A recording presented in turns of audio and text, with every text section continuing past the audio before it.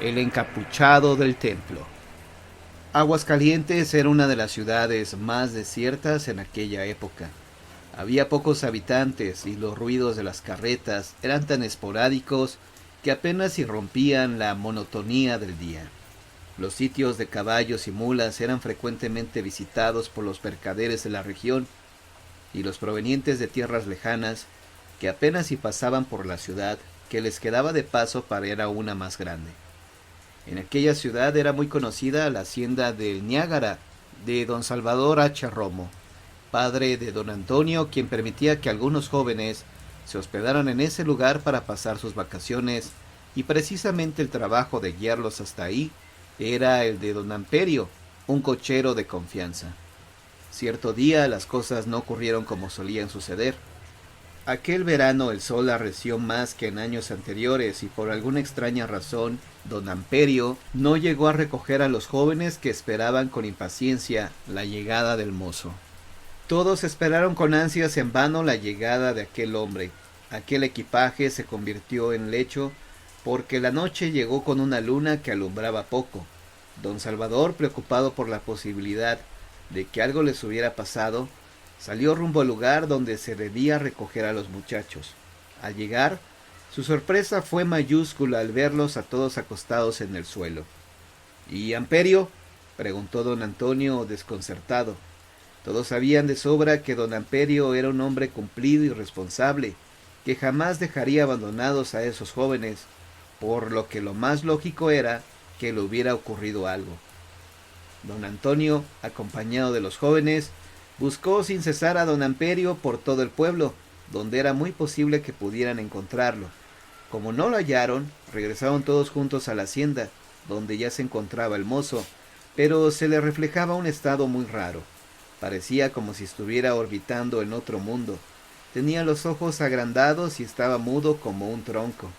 Buscaron indicios que les confirmaran las sospechas de que estaba tomado, pero su aliento no delataba una noche de copas. Su esposa relató que llegó de esa manera minutos después de haberse ido a recoger a los muchachos y que desde entonces no había soltado palabra. Nadie podía decir a ciencia cierta qué era lo que le había ocurrido a este hombre. 8 días después, don Amperio recobró el ánimo y pudo regresar a su trabajo, pero don Antonio, que no dejaba el caso de lado, lo interrogó de inmediato. Así, el cochero pudo relatarle lo ocurrido. Mire, cuando pasaba por el templo de San Marcos para ir por los muchachos, un fraile encapuchado que llevaba una calavera en la mano salió de ahí. En cuanto se dio cuenta de que estaba viéndolo, me correteó por todo el jardín, gritando que me iría al infierno. Por el miedo y el cansancio caí inconsciente hasta que un amigo me encontró y me llevó a casa arrastrando. Desde aquel momento, don Antonio comenzó a investigar quién podría haber sido aquel fraile del relato, hasta que se enteró de que años atrás la gente se reunía cada año para festejar a San Marcos.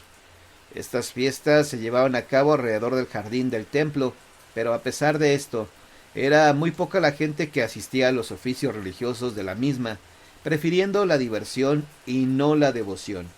Se contaba que días después de una de las últimas fiestas, comenzó a aparecerse un fraile que llevaba una calavera en la mano, versión que coincidía con el relato de don Amperio, pero además había quienes aseguraban que este ser se paseaba por los jardines todas las noches alrededor del templo, y que sólo los desafortunados que se lo topaban de frente eran víctimas de sus agresiones. Por tal motivo, las personas que vivían cerca del templo rezaban cada noche una oración, implorando que aquel espíritu jamás entrara en sus hogares, y sólo alcanzaban a escuchar los gritos que este espectro daba al toparse con algún transeúnte. Así, don Antonio pudo saber que aquel fraile era el mismo con el que don Amperio se había topado. Ahora sólo había que responderse una cosa: ¿por qué había regresado aquel fraile?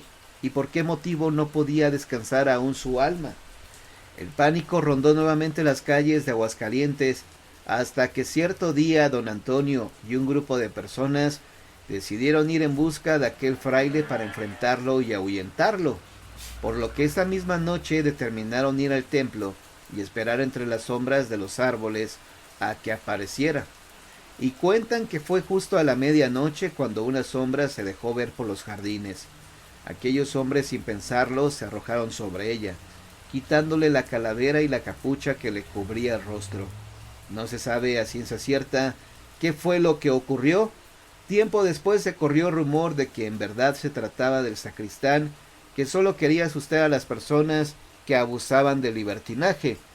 Pero hay algunos más que aseguran que se trataba de un ánima maldita que por causa del mismo libertinaje no podía descansar, teniendo que saldar su deuda vigilando los jardines del templo.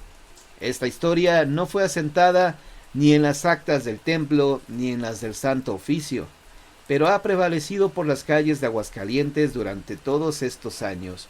Incluso hay quienes todavía hoy en día piensan 2 veces pasar a medianoche donde se encontraban los jardines del templo de San Marcos.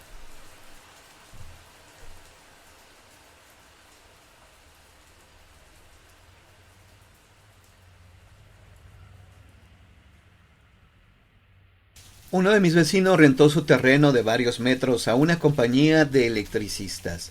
Este lugar no estaba techado, tampoco tenía algo construido.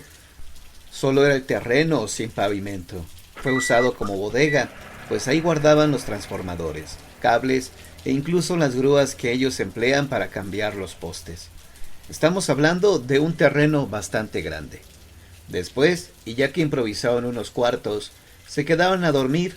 Esto no fue de nuestro agrado, ya que todos los fines de semana se alcoholizaban y cantaban a todo pulmón sin importarles que fueran las 2 o 3 de la madrugada. Más adelante llevaban a sus novias y para ellos era pura diversión, hasta que una noche sucedió algo bastante extraño. Uno de los jóvenes se apartó del grupo para salir a orinar.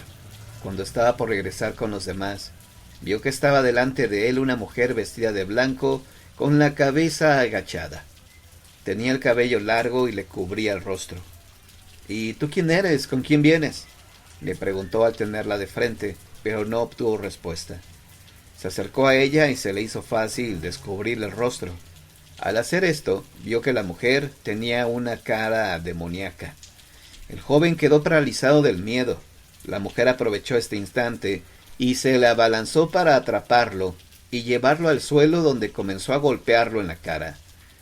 Él gritó desesperado pidiendo auxilio. Sus amigos salieron a la brevedad alarmados al escuchar los gritos. Cuando llegaron con él, lo vieron en el suelo llorando de miedo y gritando que se la quitaran de encima. «¿A quién?», le preguntaban sus amigos, ya que la mujer había desaparecido. Él les contó lo que había sucedido y le creyeron porque tenía el rostro arañado, así como el cuello y el pecho. Además, que le había ganado los pantalones del susto. Esa fue la última noche que estos electricistas se quedaron a dormir en este lugar, pues decidieron retirarse de inmediato ante el temor de que se les apareciera la mujer fantasma que había atacado a su amigo. Lo interesante de este caso es que hay más testigos de este espectro.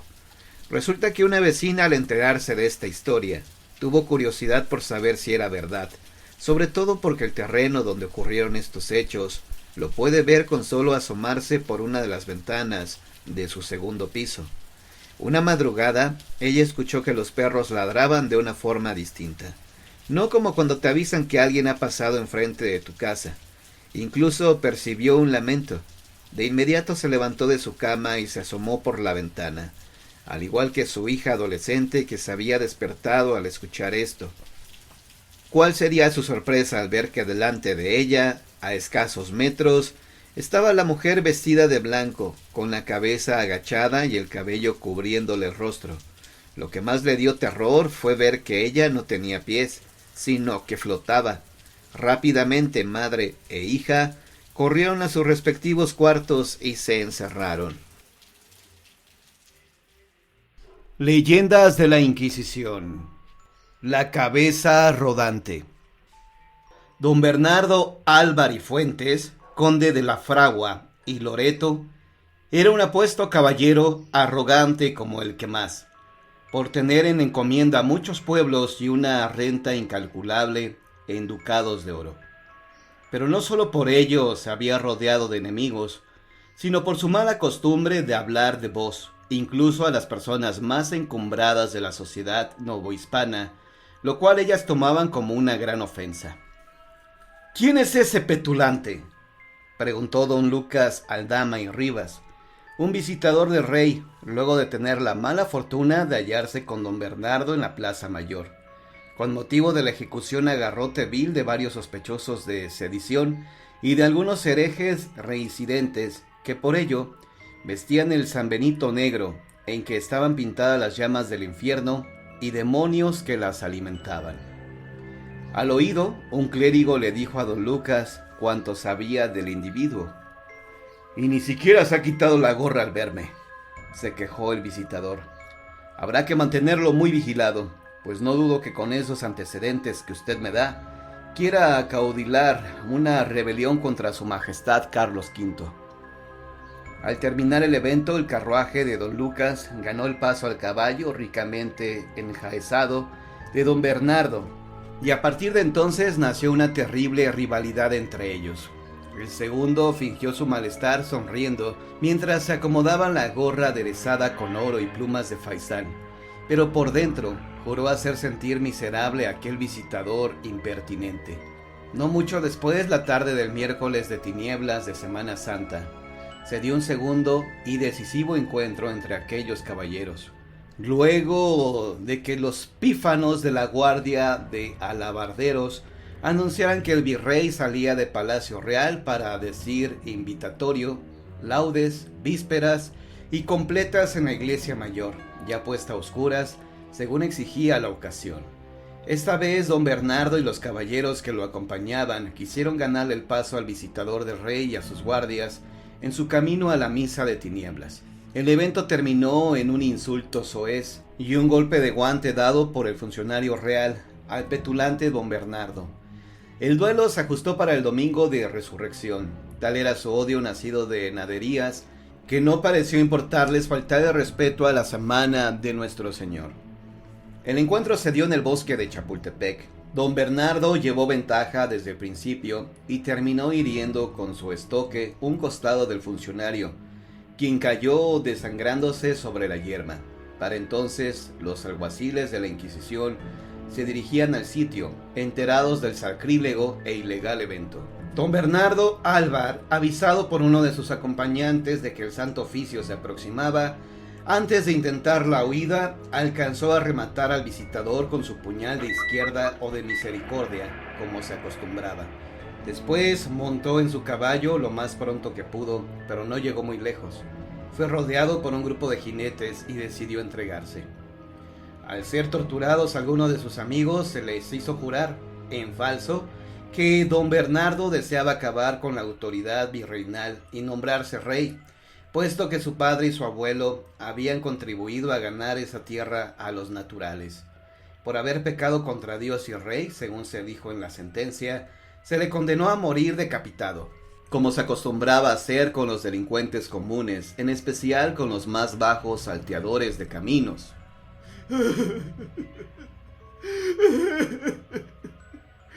Verme rebajado a tal suerte, lloró el arrogante don Bernardo. El día de su ejecución, luego de decir sus pecados ante el sacerdote confesor, rezó los salmos penitenciales. Fue sacado al escarnio público con cadenas a los pies.